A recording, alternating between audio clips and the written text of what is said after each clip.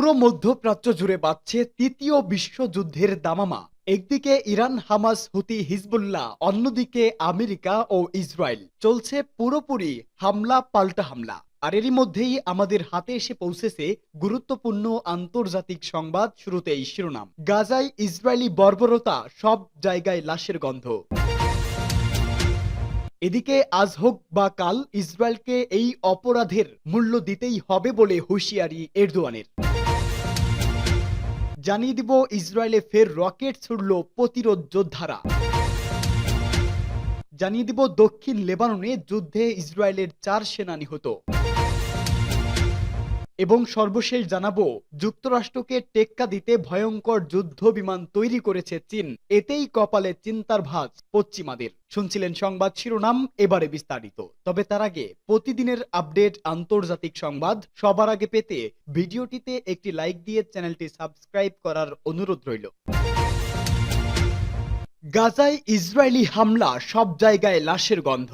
গাজায় ইসরায়েলি হামলায় মানবিক দৃষ্টিকোণ থেকে একটি নৈতিক সংকট তৈরি হয়েছে, যেখানে সাধারণ মানুষের জীবন ও মৃত্যুর মধ্যে পার্থক্য করা কঠিন হয়ে পড়েছে। আন্তর্জাতিক সমাজের কাছে এটি একটি চ্যালেঞ্জ বা মানবাধিকার ও মানবিক সহায়তার প্রয়োজনীয়তা তুলে ধরেছে। এ বিষয়ে ফিলিস্তিনি শরণার্থীদের জন্য জাতিসংঘের ত্রাণ ও কর্মসংস্থান প্রধান ফিলিপ লাজারিনি গাজার মানবিক পরিস্থিতির বিষয়ে গভীর উদ্বেগ প্রকাশ করেছেন। একই সঙ্গে তিনি বলেন, গাজায় চলমান সহিংসতার মধ্যে আটকে পড়া ফিলিস্তিনিদের সহায়তার জন্য জরুরি ভিত্তিতে যুদ্ধবিরতির আহ্বান জানাতে হবে। লাজারিনি সামাজিক যোগাযোগ মাধ্যম এক্সে জানান, ইউএনআরডব্লিউ এর কর্মীরা যুদ্ধ বিধ্বস্ত এলাকায় খাদ্য, পানি ও ঔষধ সরবরাহ করতে পারছে না। তিনি বলেন, সব জায়গায় লাশের গন্ধ, রাস্তা এবং ধ্বংসস্তূপের মধ্যে মরদেহ পড়ে আছে। এগুলো সরাতে কিংবা মানবিক সহায়তার কার্যক্রম চালাতে দেওয়া হচ্ছে না। এই অবস্থার মধ্যে সাধারণ মানুষের জীবন বিপন্ন হয়ে পড়েছে। যুদ্ধবিরতি কার্যকর না হলে আমরা এই সংকটের বিপর্যয় ঠেকাতে পারবো না। উল্লেখ করে লাজারিনি বিশেষ করে আশ্রয় প্রার্থীদের নিরাপদে সরে যাওয়ার জন্য অন্তত কয়েক ঘন্টার জন্য যুদ্ধবিরতির আহ্বান জানান।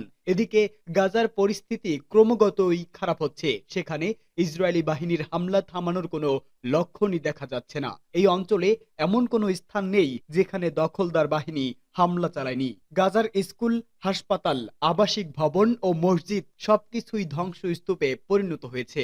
গাজার স্বাস্থ্য মন্ত্রণালয়ের তথ্য অনুযায়ী আজ হোক বা কাল ইসরায়েলকে এই হামলার মূল্য দিতেই হবে, মন্তব্য এরদোয়ানের। তুরস্কের প্রেসিডেন্ট রিসেপ তাইপ এরদোয়ান বলেছেন, গাজায় 1 বছরেরও বেশি সময় ধরে হামলা চালিয়ে যাচ্ছে ইসরায়েল। তার মূল্য শেষ পর্যন্ত ইসরায়েলকে দিতেই হবে।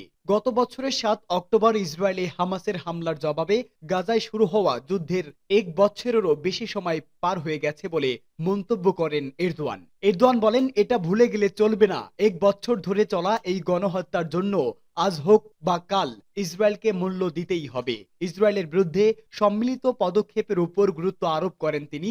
মানবতার অভিন্ন জোট যেভাবে হিটলারকে থামিয়েছে, একইভাবে নেতানিয়াহু ও তার নেটওয়ার্ক বন্ধ করে দেওয়া হবে। তিনি বলেন, আমাদের 50,000 ভাই বোন, যাদের বেশিরভাগই শিশু ও নারী, যারা জীবিত ছিল, তাদের নির্মমভাবে হত্যা করা হয়েছে। গাজার হাসপাতাল, বিভিন্ন ধর্মের উপাসনালয় এবং স্কুলগুলো এখন আর দাঁড়িয়ে নেই। অনেক সাংবাদিক, সুশীল সমাজের প্রতিনিধি এবং শান্তিদূতরা এখন আর আমাদের মাঝে নেই। প্রেসিডেন্ট বলেন, গাজা, ফিলিস্তিন এবং লেবাননে যারা মারা যাচ্ছে তারা শুধু নারী, শিশু এবং নিরীহ বেসামরিক নাগরিকই নয়, মানবতা ও আন্তর্জাতিক ব্যবস্থাও। ইসরায়েলের হামলার ঘটনায় ফিলিস্তিন ও লেবাননের জনগণের প্রতি সমবেদনা জানান তুর্কি প্রেসিডেন্ট। ইসরায়েলে ফের রকেট ছুড়ল প্রতিরোধ যোদ্ধারা। কয়েক বছর ধরেই থেমে থেমে সংঘাতে জড়াচ্ছেন লেবানন ও ইসরায়েল। তবে সাম্প্রতিক বড় সংঘাতে জড়িয়ে পড়েছে দেশ দুটি।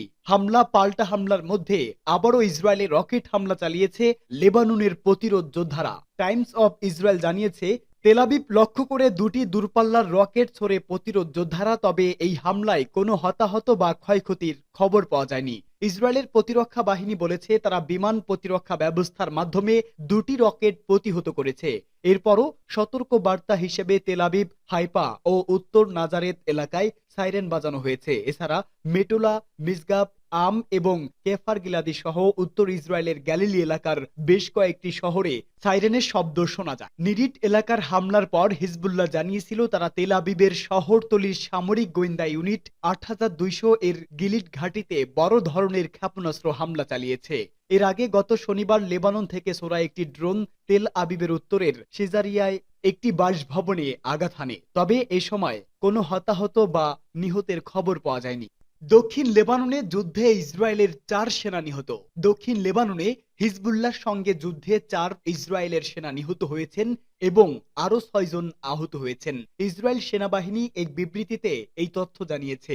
দক্ষিণ লেবাননে সংঘর্ষের সময় হিজবুল্লাহর সদস্যরা একটি ট্যানেল থেকে বের হয়ে ইসরায়েলের সেনাদের লক্ষ্য করে গ্রেনেড নিক্ষেপ করে। আইডিএফ এর প্রাথমিক তদন্ত অনুযায়ী সেনারা পাল্টা গুলি চালালেও কতজন হিজবুল্লাহ সদস্য আহত হয়েছেন তা স্পষ্ট নয়। আহত ৬ সেনার মধ্যে ৩ জনের অবস্থা গুরুতর। এদিকে হিজবুল্লাহর পক্ষ থেকে জানানো হয়েছে তারা দক্ষিণ লেবাননের আইতা আল শাব এলাকায় ইসরায়েলি একটি ট্যাঙ্ক ধ্বংস করেছে।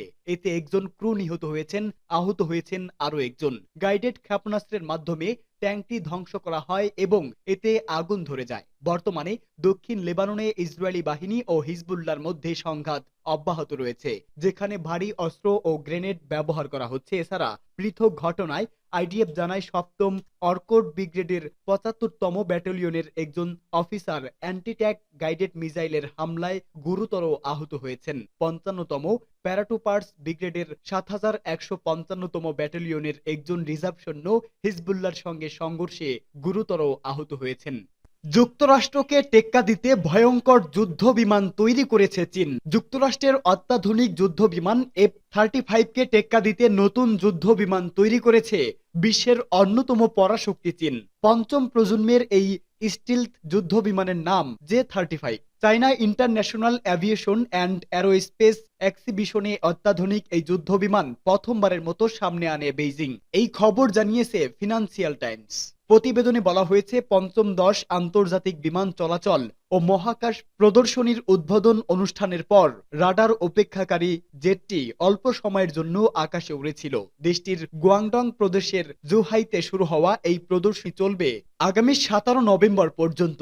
চীনের পিপলস লিবারেশন আর্মি বা PLA গত সপ্তাহে প্রথমবার এই যুদ্ধ বিমানকে নিজেদের বহরে যুক্ত করেছে।